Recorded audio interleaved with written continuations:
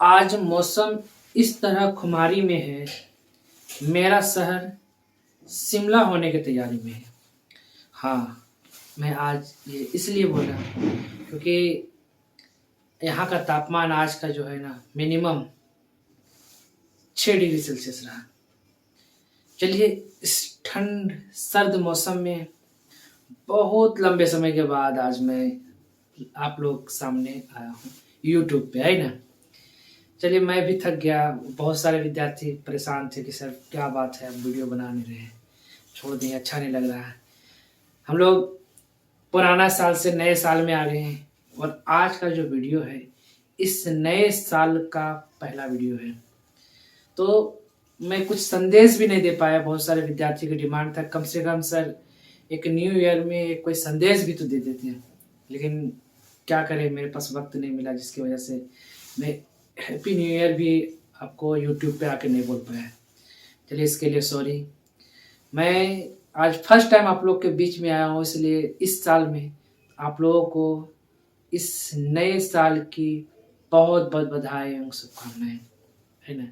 आशा करते हैं कि जो पिछले साल आप करके गए हैं, इस नए साल में नई ऊर्जा, नई उम्मीद, नया उमंग, नया जोश के साथ शुरुआत करेंगे और हम भी आप लोगों के साथ इस नए साल में नए ऊर्जा, नए जोश के साथ आज मैं स्टार्ट करने जा रहा हूँ, है कि नहीं। इसलिए मैंने सोचा कि कुछ अलग क्यों ना करूँ। तो आज जो है मैं नए साल में अर्थमेटिक छोड़ एडवांस का ट्रिगोनोमेट्री स्टार्ट करना, है कि नहीं। बहुत सारे को इसमें परेशानी भी होती है, लेकिन उम्मीद करता हूँ कि आज मैं जो बताऊंगा धुआं धुआं उड़ा देंगे, गर्दा उड़ा देंगे, इतना उम्मीद है। तो आइए हम लोग बात करते हैं ट्रिगोनोमेट्री के। तो उम्मीद है इस ठंड सर्द मौसम में आप भी कंबल के अंदर से जो मजे ले रहे हैं, सोए हुए हैं, बड़ा जोश के साथ फेंके कंबल, है ना, जो आप अपने सिर के नीचे जो तकिया रखे उठा कर फेंके और उठ करके बैठ जाए, सामने कॉपी हो, हाथ में कलम हो और जोश और जुनून के साथ हमारे साथ पढ़े। क्या चीज? ट्रिगोनोमेट्री। देखिए, है ना। सबसे पहले ट्रिगोनोमेट्री हम लोग पढ़ेंगे क्या, तो सबसे पहले जानते हैं right angle triangle. Right angle triangle बोले तो समकोण त्रिभुज। हाँ, इससे पहले मैंने आप लोग को बताया भी था कि समकोण त्रिभुज किसको बोलते हैं। तो समकोण त्रिभुज जानते होंगे जिसका एक कोण क्या हो, 90 डिग्री। जिसका एक कोण क्या हो, 90 डिग्री हो, वो क्या कहलाता है? समकोण त्रिभुज कहलाता है। आशा करते हैं कि आपको ये चीज जानते हैं। एक कोण जो है ये क्या है, 90 डिग्री। इसको जानने से पहले यहाँ पर एक थीटा लेते हैं। क्या है? हम लोग जो ट्रिगोनोमेट्री पढ़ेंगे, त्रिकोणमिति पढ़ेंगे, उसमें हम लोग पढ़ेंगे समकोण त्रिभुज को, उसके ही बारे में, है कि नहीं। अभी हम लोग रेशियो पढ़ेंगे, इसका आसान, एकदम आसान आसान बेसिक चीज पढ़ाएंगे, एकदम छोटा बच्चा भी आपका समझ में आ जाएगा, जो कि अभी क्लास 1-2 में होगा वो भी समझ में आ जाएगा, वो चीज हम बताएंगे। आप देखिए तो सही। तो ये है आपका थीटा और एक मैंने यहाँ पे ले लिया थीटा। बोले सर आप तो बनाए त्रिभुज, दोनों एक ही तरह का समकोण त्रिभुज बनाए, एक में यहाँ थीटा ले लिए, एक में यहाँ थीटा ले लिए। हाँ, एक मैंने यहाँ थीटा ले लिया, एक थीटा यहाँ ले लिया। पहले हम बात करते हैं पहला फिगर का, नाम दे देते हैं इनका। इनका नाम है फिगर 1 और ये है फिगर 2।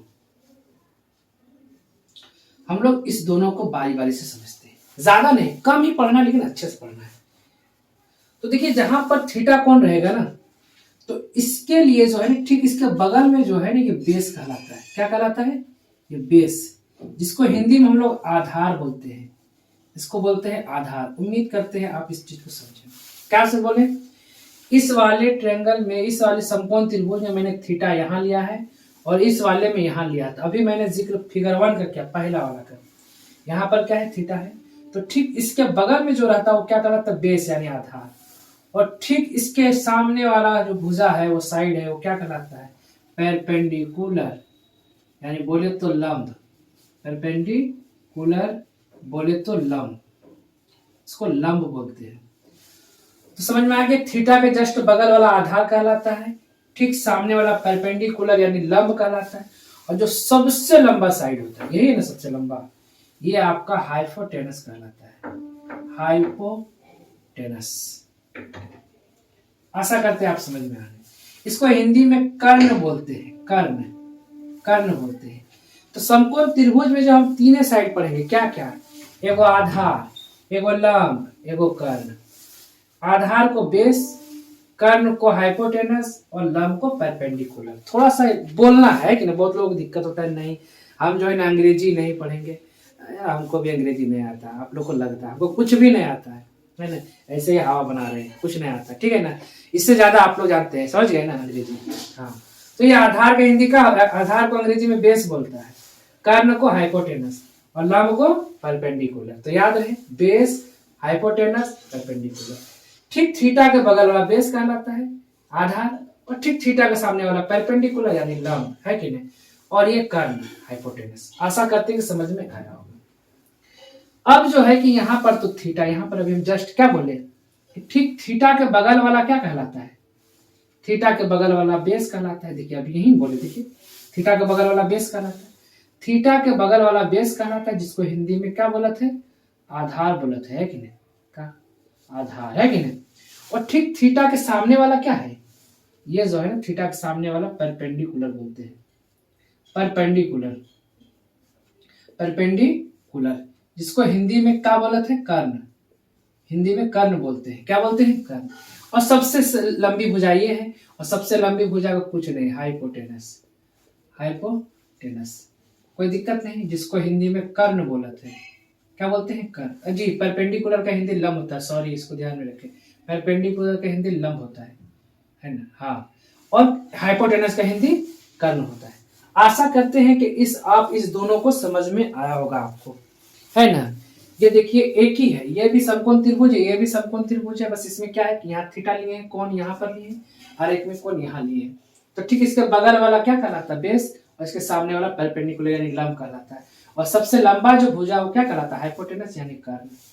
ठीक यहाँ पर थीटा लिए, ठीक इसके बगल वाला क्या हो गया, बेस हो गया, और ठीक इसके सामने वाला परपेंडिकुलर यानी लंब हो गया, और सबसे लंबा भुजा तो कर्ण हो गया। आशा करते हैं आप समझ में आई ही नहीं, है कि नहीं। बस यही खेल है, क्या चीज का, एक तो क्या है लंब, और एक होता है आधार, और एक होता है कर्ण, है ना। लंब को बोलते हैं परपेंडिकुलर, है ना, इसको हम ऊपर में लिख देते हैं, ध्यान में रखिएगा। चलिए हम आगे बढ़ रहे हैं, आशा करते हैं आप इन सबको समझ गए होंगे, है ना, कॉपी में भी उतार लिए होंगे। चलिए आगे बढ़ते हैं कि नहीं। ठंडा, कोई ठंडा नहीं है, समझिए ना। बिना मुर्गी का अंडा को जो है ना उसका छिलका छीले खाइए ना, सब ठंडा भाग जाएगा। कौन बोलता ठंडा, कुछ नहीं। हम लिख देते हैं लंब, इसका अंग्रेजी में परपेंडिकुलर बोलते हैं, क्या बोलते हैं, परपेंडिकुलर, है ना। चलिए इस साइड लिख देते हैं, इस साइड अच्छा रहेगा। इसका जो है क्या है, लंब, जिसको बोलते हैं परपेंडिकुलर, परपेंडिकुलर, परपेंडिकुलर। और एक होता है आधार, आधार का अंग्रेजी में बोलते हैं बेस। और एक होता है कर्ण, कर्ण को बोलते हैं हाइपोटेनस, हाइपोटेनस, ठीक है। आशा करते हैं कि समझ में आ गया होगा, हाइपोटेनस, हाइपोटेनस, ठीक है ना। अब आगे हम बात करते हैं, देखिए अब हम बात करते हैं कि जैसे आप सुने होंगे P B P by H H B. तो P का मतलब क्या होता है, परपेंडिकुलर, B का मतलब बेस, और H का मतलब हाइपोटेनस यानी कर्ण। समझ गए होंगे। देखिए इसी को दूसरे भाषा में कोई लाल काका भी बोलता है, लाल काका, लाल काका।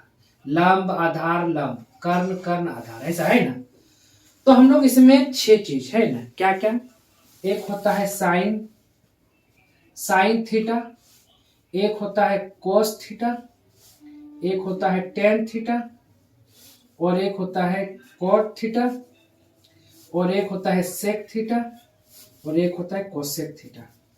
आप किसी भी तरह से ये 6 ठो नाम जरूर याद कर ले, ये 6 को नाम जो है जरूर याद कर ले। 6 ठो नाम क्या क्या है, तो एक है साइन थीटा, एक होता है कोस थीटा, एक टेन थीटा, फिर कोट थीटा, सेक थीटा, और कोसेक थीटा। तो देखिए साइन थीटा के लिए यहां ध्यान दें, साइन थीटा के लिए p बाय एच होता है, फिर बाद में cos थीटा के लिए b बाय एच होता है, फिर tan थीटा के लिए p बाय b होता है। तो अभी 3 गो के लिए तो काम खत्म हो गया, पहला के लिए p बाय एच, दूसरा के लिए b बाय एच, तीसरा के लिए p बाय b। लेकिन cot थीटा के लिए ठीक यहां से उल्टा कर दे, b बाय p, फिर sec थीटा के लिए h बाय b, फिर cosec थीटा के लिए h बाय p। देख लीजिए, साइन थीटा के लिए हम लोग क्या लिखेंगे, p बाय h होता है, और cos थीटा के लिए क्या होगा, उसके बाद वाला b बाय h, ऊपर वाला b ले ले और नीचे वाला h ले लेंगे, और tan थीटा के लिए क्या लेंगे, p बाय b। अब जो cot थीटा के लिए लेंगे तो उल्टा लेंगे, जैसे p बाय b लेना, अब b बाय p लेंगे, क्या लेंगे, b बाय p, और sec थीटा के लिए इसके बाद वाला h बाय b, और cosec थीटा के लिए h बाय p। अब 2-3 बार लिखे तो सही, ऐसे ही आपको समझ में आ जाएगा। साइन थीटा का p by h, cos theta का b by h, tan theta का p by b, cot theta का b by p, sec theta का h by b, cosec theta का h बाय p। यानी करना क्या है, पहले 3 को जो है ना आप इधर से लीजिएगा, इधर से p by h, b by h, p by p, पहला 3 का। अब इस 3 का क्या कीजिएगा, इधर नीचे से लीजिएगा, b by p, h by b, h by p। बस यही है तरीका। आशा करते कि आप समझ में आया होगा आपको इसी चीज। अब हम थोड़ा सा और आगे बढ़ते हैं कि नहीं। होता क्या है, साइन थीटा का उल्टा जो होता है ना 1 बाय कोसेक थीटा होता है। क्या होता है, 1 बाय कोसेक थीटा। ये बहुत ही इंपॉर्टेंट है, इसको बहुत ध्यान दें, ये आपके लिए बहुत काम देगा। साइन थीटा का उल्टा क्या होता है, 1 बाय कोसेक थीटा, और cos थीटा का उल्टा जो होता है आपका 1 बाय सेक थीटा होता है। cos थीटा का उल्टा क्या होता है, 1 बाय सेक थीटा, और ठीक आपका होता है tan थीटा। tan थीटा का उल्टा होता है 1 बाय cot थीटा। आशा करते हैं कि ये आपको समझ में आ गया होगा। तो आप बोल रहे हैं साइन का तो लिख दिए, cos का तो लिख दिए, tan का लिख दिए, कोसेक का नहीं लिखिएगा, सेक का नहीं लीजिएगा, कॉट का नहीं लीजिएगा, क्यों नहीं लीजिए ना, लिख देते हैं। अगर जिस तरह से साइन का उल्टा 1 बाय कोसेक होता है तो उसी तरह से कोसेक का उल्टा क्या हो जाएगा, कोसेक थीटा का भी उल्टा 1 बाय साइन थीटा हो जाएगा। उसी तरह से cos थीटा का उल्टा 1 बाय सेक थीटा होता है, तो सेक थीटा का उल्टा जो हो जाएगा वो 1 बाय cos थीटा हो जाएगा। और tan थीटा का उल्टा 1 बाय cot थीटा होता है ना, तो cot थीटा का उल्टा जो है आपका हो जाएगा 1 बाय tan थीटा। आशा करते हैं कि आपको समझ में आ गया होगा। चलिए आगे बढ़ करके आपका बात करते हैं, इसको मिटा देते हैं ना, आगे बढ़ते हैं।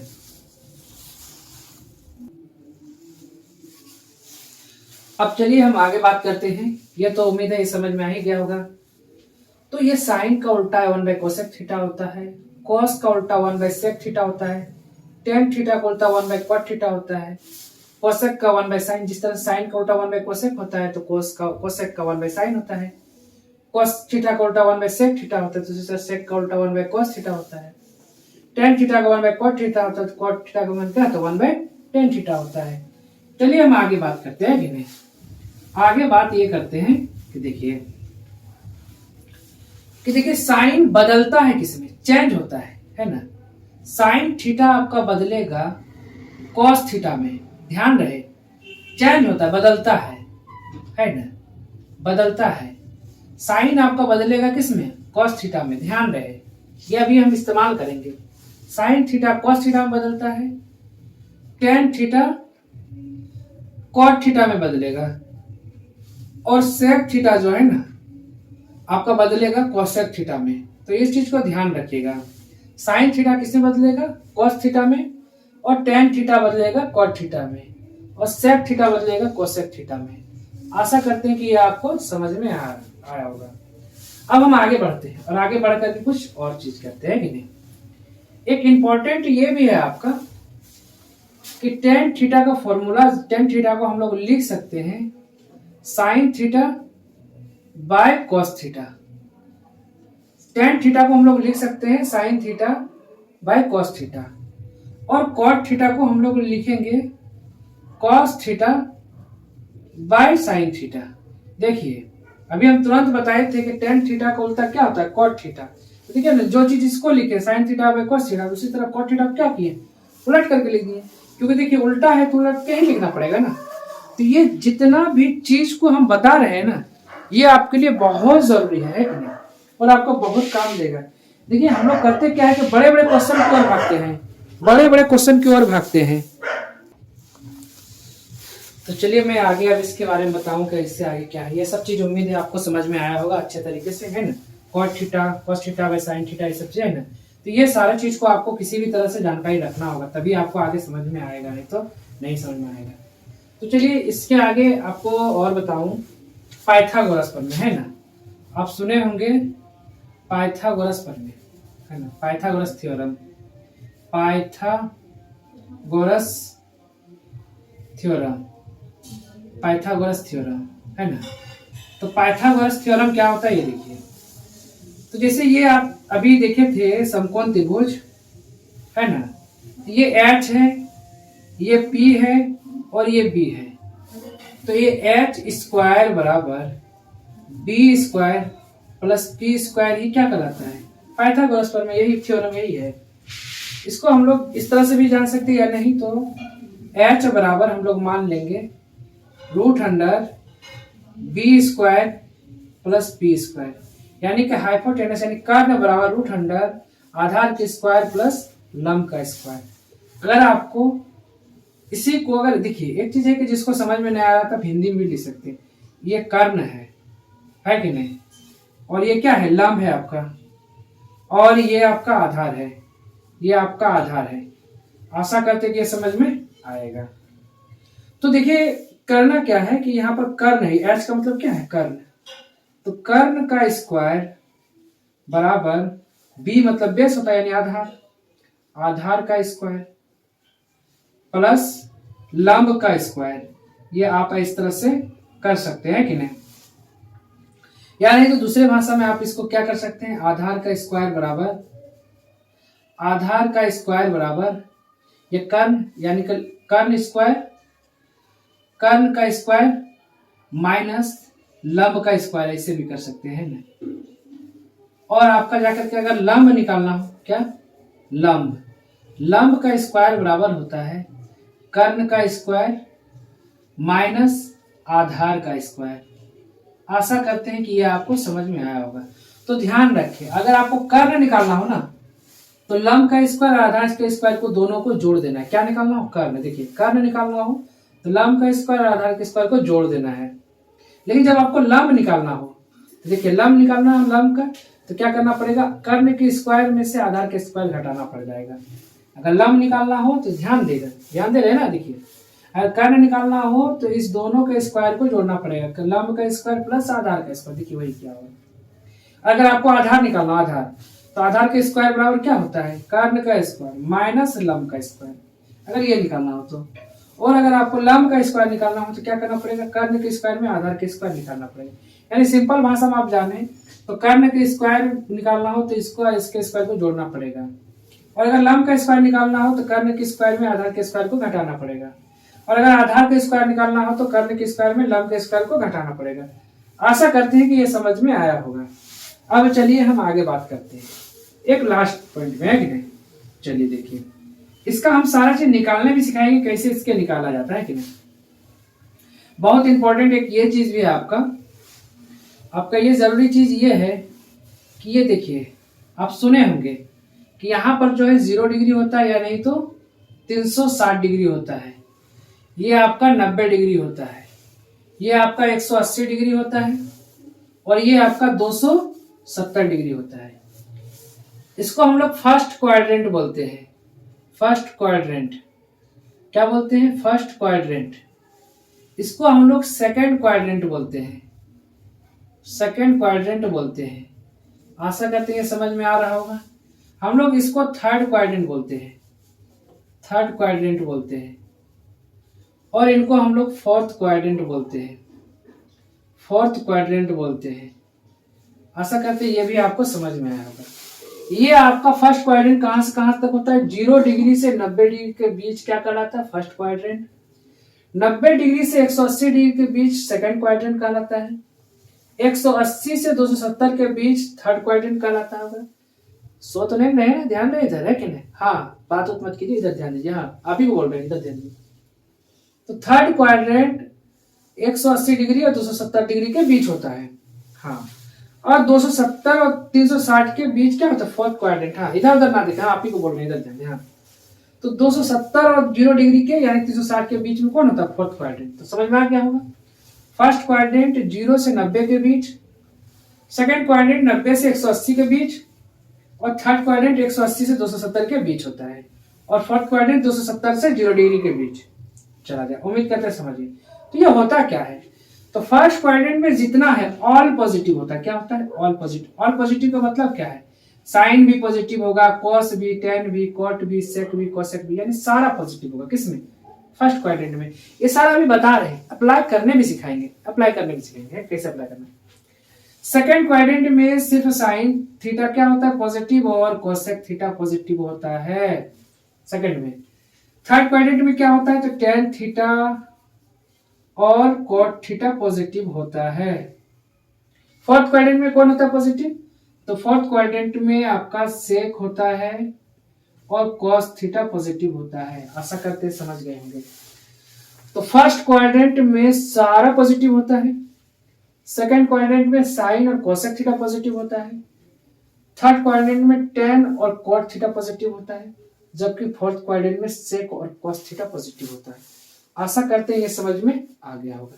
अगर आपका प्रश्न दिया हुआ रहेगा 270 और 360 के बीच में, यानी समझ जाना है कि वो उसमें कौन पॉजिटिव होगा? सिर्फ सेक और कोस पॉजिटिव होगा। अगर आपको प्रश्न में 0 से 90 के बीच दिया हुआ रहेगा तो आपका सारा का सारा पॉजिटिव होगा। 90 से 180 के बीच में दिया हुआ रहेगा तो साइन थीटा और कोस थीटा पॉजिटिव होगा। और ये 180 और 270 के बीच में रहेगा तो टेन और कोट। आप सोच रहे होंगे क्या नहीं समझ में आ रहा? क्या? देखो इधर समझा देते हैं। समझ में नहीं आ रहा? कैसे नहीं समझ में आता? देखो इधर। तो अगर रहेगा साइन